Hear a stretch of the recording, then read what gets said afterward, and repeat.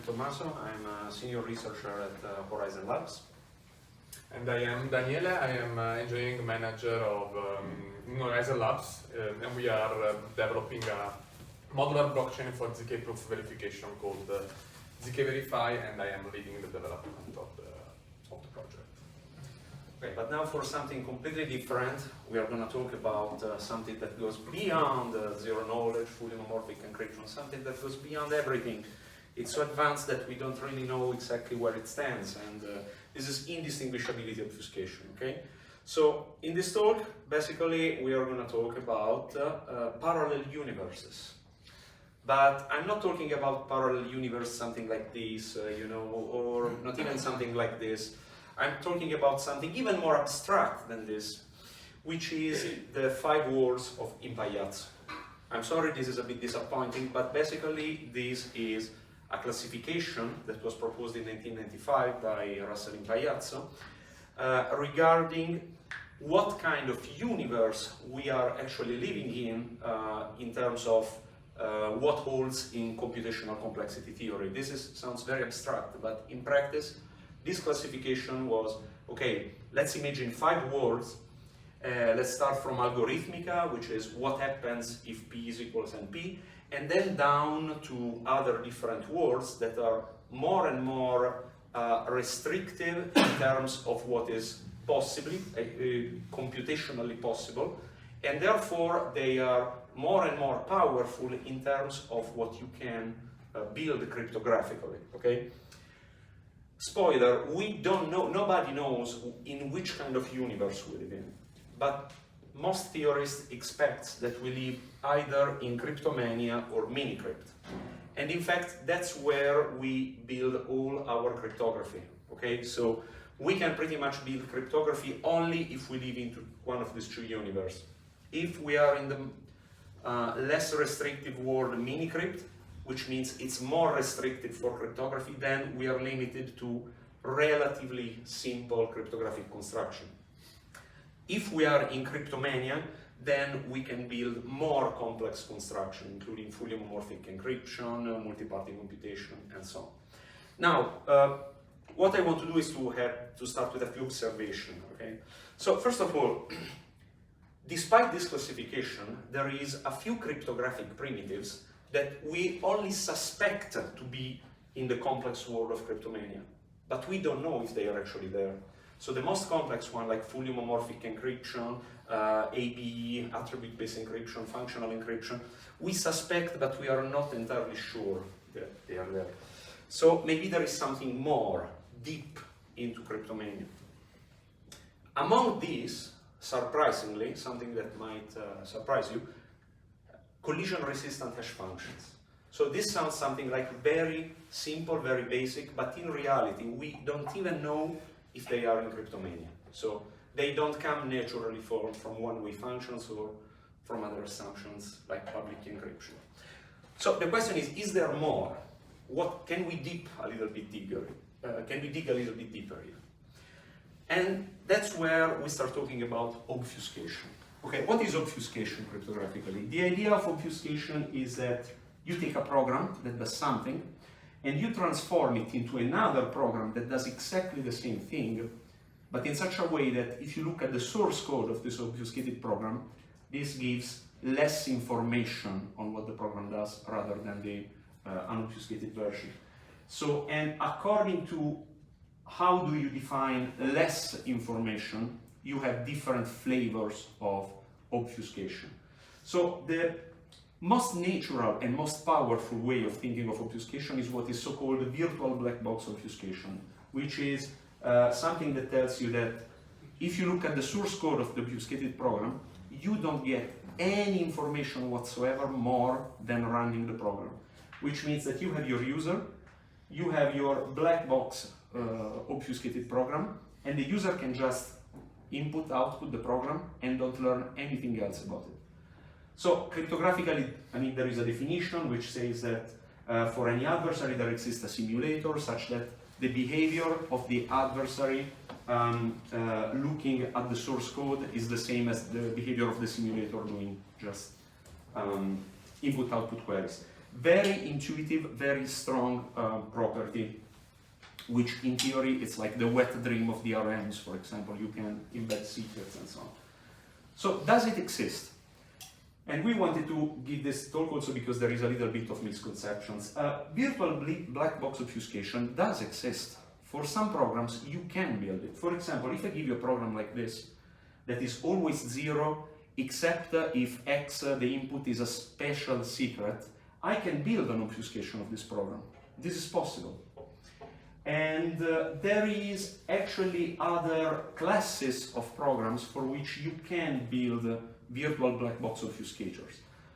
But the problem is that these programs are not particularly interesting. They are all very similar to that one, like, okay, it's always 0 except on a few points where you can get 1. So can we do better than this? And the answer is, in general, no. So it is known, there is an important result that says that there exist classes of circuits for which it's impossible to build virtual black box obfuscation. So on one side we have programs for which we can do, on the other side we have programs for which we cannot do it. And that's where indistinguishability obfuscation comes into play. Because if virtual black box obfuscation is generally impossible, what if we weaken the property that we require? Indistinguishability obfuscation, or I/O in short, works a little bit different from virtual black box. The definition is tricky. Listen carefully.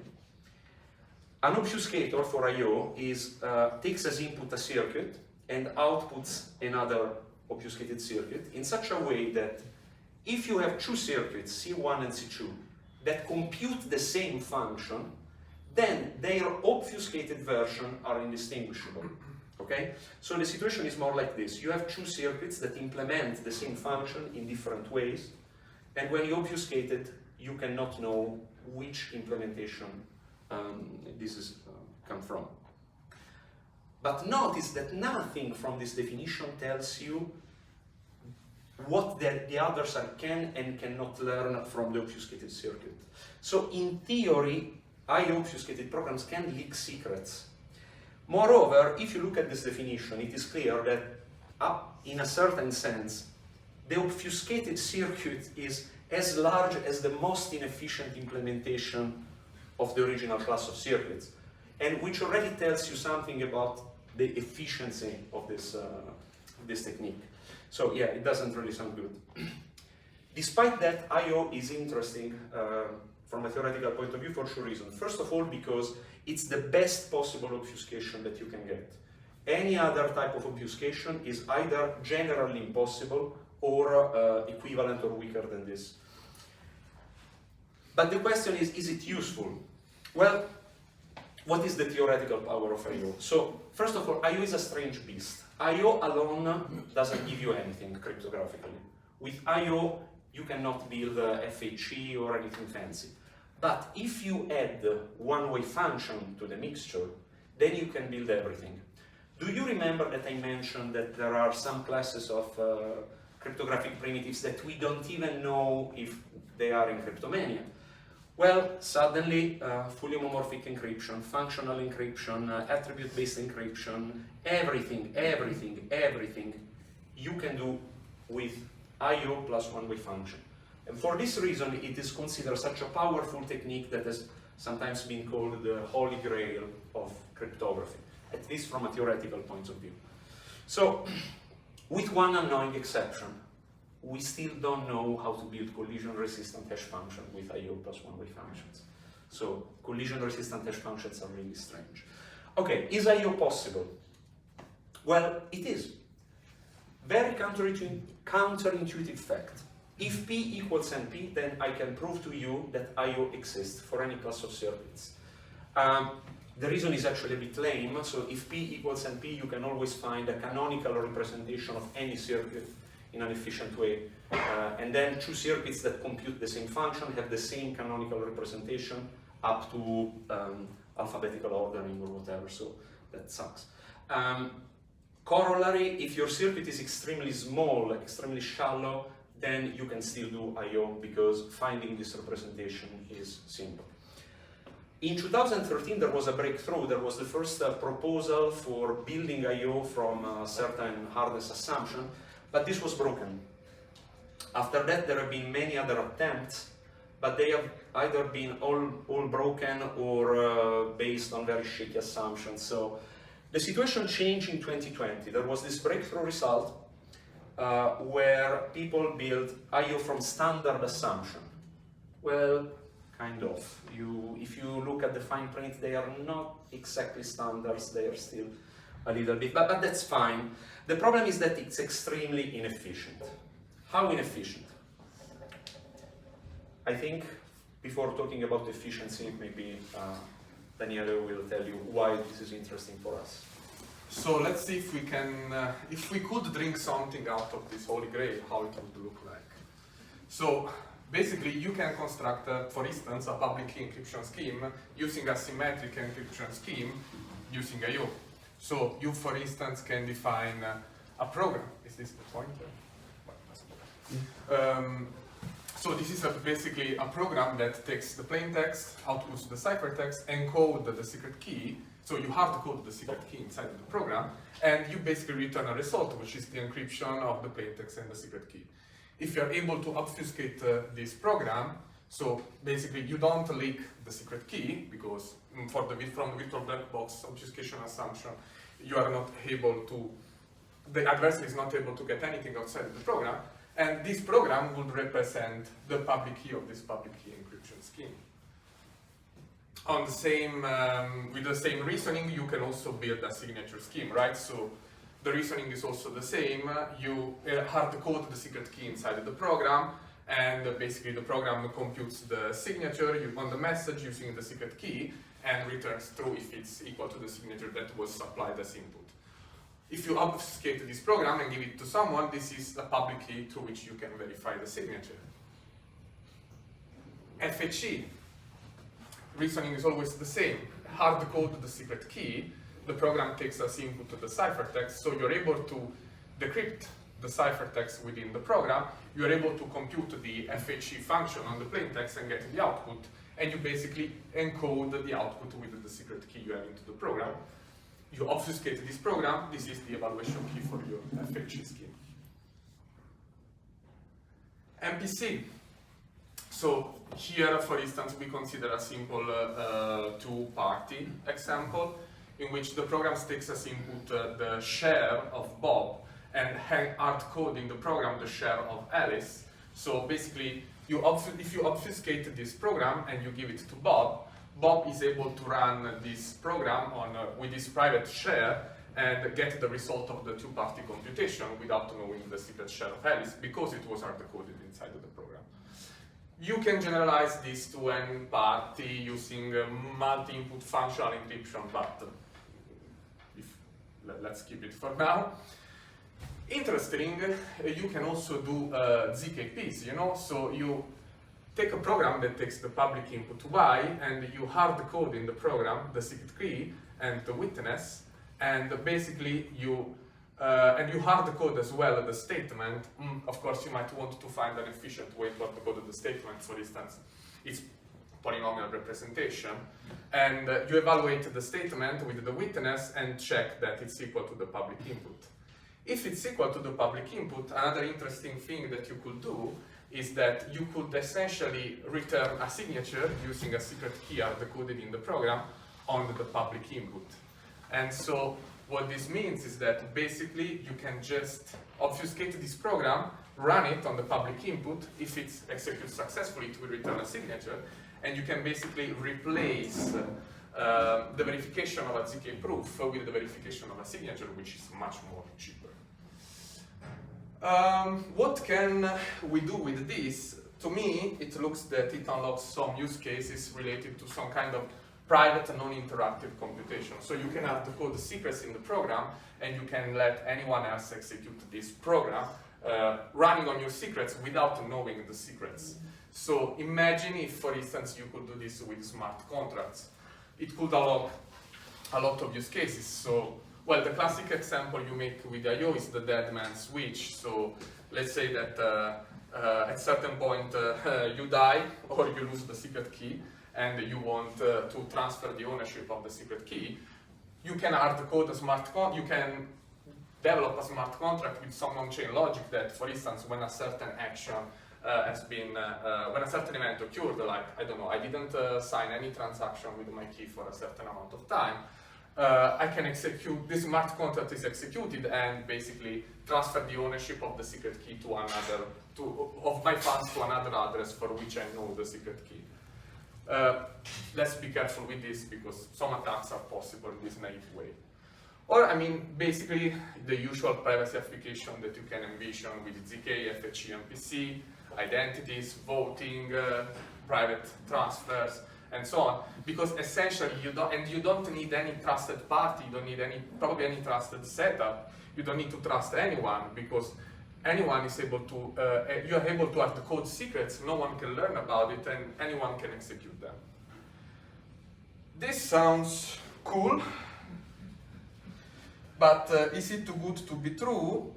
Yes, sorry. Yes, because, I mean, what I have described up until now are use cases of virtual black box encryption, obfuscation, but in reality, here we are talking about indistinguishability obfuscation. They are different. So virtual black box obfuscation basically tells the adversary has only access to the input and the output of the program and something that is random, and also the output is kind of random, and is not able to deduce what is the plain program. With the indistinguishability obfuscation, we are saying essentially that the adversary has access to a set of programs that do the same thing. At a certain point, one program is obfuscated, and the adversary having access to input, output, and obfuscated programs, the program is not able to tell which one of the end programs was effectively executed.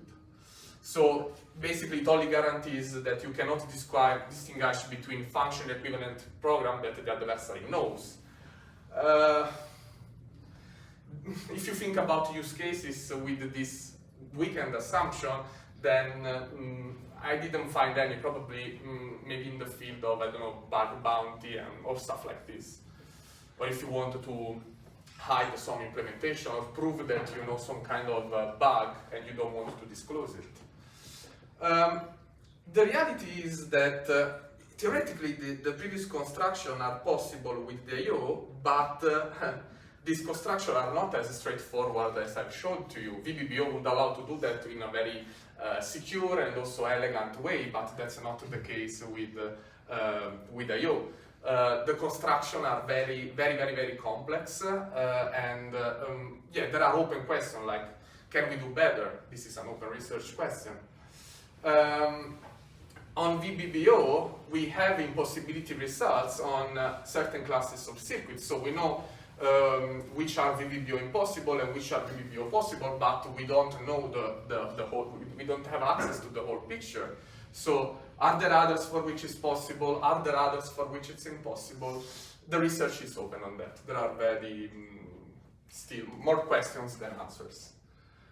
The practicality, Tommaso hinted it before, unfortunately, this is very, very inefficient, like several order of magnitude worse than FHE. Sorry about that. Moreover, the lengthier the program, and the more the inputs of the program, the more the security degrades. Again, there are some results showing that this is not true for all programs. The security is independent of the input size. But the reality is that even if you want to do some application, there will be probably toy application. We don't even have known upper or lower bounds on efficiency. But it's also true that there are no recent implementation of recent IO. There is an implementation, but it's the old version of the IO, the 2013 one maybe, which was broken, right? So what are the takeaways here? We don't know much about IO yet. Can be a huge thing or can be nothing at all. It's impractical. It's also true, one can argue, yeah, FHE was impractical like less than 20 years ago. But the thing is that, well, yeah, you can do ZK, FHE, MPC. Is it worth it to do it with IO or with the construction we currently have now? And the use cases, I mean, without VVBO, the use cases over you are a little bit uncertain. I wonder what we could do if we relax security assumption. I don't know, quasi-indistinguishable programs, maybe.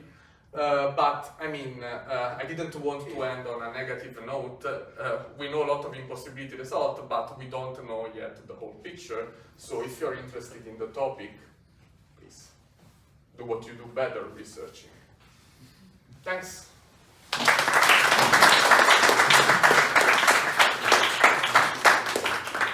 Question, someone?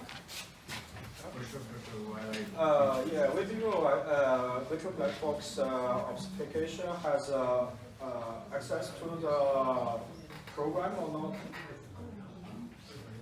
With virtual Meetup obfuscation. Yeah. No, the model is you give to the adversary the obfuscated program. Yes. And the adversary has to be able to learn something about the original program, which is unknown to the adversary. Okay. Okay. Cool. Yes, please. You want the question I asked, told you earlier.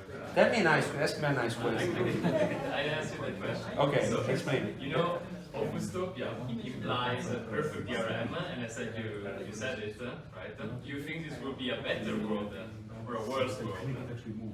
I don't believe in DRMs actually, so it's for me the idea that you can build a DRM with virtual black box obfuscation is the best proof that you cannot have virtual black box obfuscation for practical programs, to be honest. Please. But thanks for the talk. You gave us examples of that man's switch. I was wondering, is there any other applications, like especially in the smart contract realm, that could be interesting with obfuscation? Because, like, isn't the whole point of the smart contract to be like open source, and, you know, verifiable by, you know, whoever wants to interact with it? So, yeah, I'm just wondering, like, what would be like good use cases for? That's an interesting question because, I mean, to me, one of the main problem here is that, yeah, the program is obfuscated, so no one knows what's inside it. So maybe for some use cases like secret key recovery is fine, but I don't know if you want to ship it as a kind of public application that anyone can execute, you would need to prove what the program is doing inside, but if you prove it, you kind of contradict the assumption of obfuscating the program, no? Yeah, exactly. It would have to be like sort of a partial obfuscation thing. I think I can give you a practical example. Sometimes you are not interested about the logic of the smart contract. You're just interested about the results. So as long as the smart contract does what you want, that's fine, because maybe it's provable that the smart contract is behaving well. For example, you could send some credential to a smart contract, and the smart contract sends you back a signature or a certificate that you can verify. Okay, that would be enough. But in order for this to happen, the smart contract needs to have a hard-coded secret inside. Yeah. And if the code is public, that would defeat the scope, So right? the main point is probably like hiding secrets, and then you kind of give like some sort of proof. Pretty much. Like the logic inside the contract. Yeah. Yeah, it's a bit sure. Yeah, that makes sense. You were saying that if you have like multiple circuits, then like the resulting I/O circuit should be at least as big as the biggest circuit. With some caveats, right? I can. If you have a canonical representation, you can choose the smallest circuit. That's correct. Yes, Okay. yes. So But you can choose the smallest one amongst the canonical representations, which are always bigger than the original circuit, right? Then so how does, like, can't you choose any of these circuits to be a canonical one? Or how does So, that work? okay, what is a canonical representation of a circuit? It's, you know, when you reduce your circuit in what is a special normal form or whatever, right? So in general, this is hard for circuits, okay? But let's assume you can do it. Then if you have n programs and each of them has computes the same function, all of them can have the same identical canonical representation. But this canonical representation is in general larger than the most compact program that you can think of computing that function. So in general, you lose efficiency at an abstract level. Maybe not in an absolute way. So I can, if we're talking about, I don't know, Turing machines, for example, I can easily build a Turing machines that adds 2 numbers and give you the result, or adds 2 numbers, run 2000 random loops and give you the number, right? So this you don't care, let's say. Right, so it's, you're limiting, like taking the canonical representation, you're limiting the operation that you can do, for example. For example, yes, but this is, I'm not saying that I/O means using this trick of canonical representation. That's one way of doing I/O. There is, in general, other ways, right?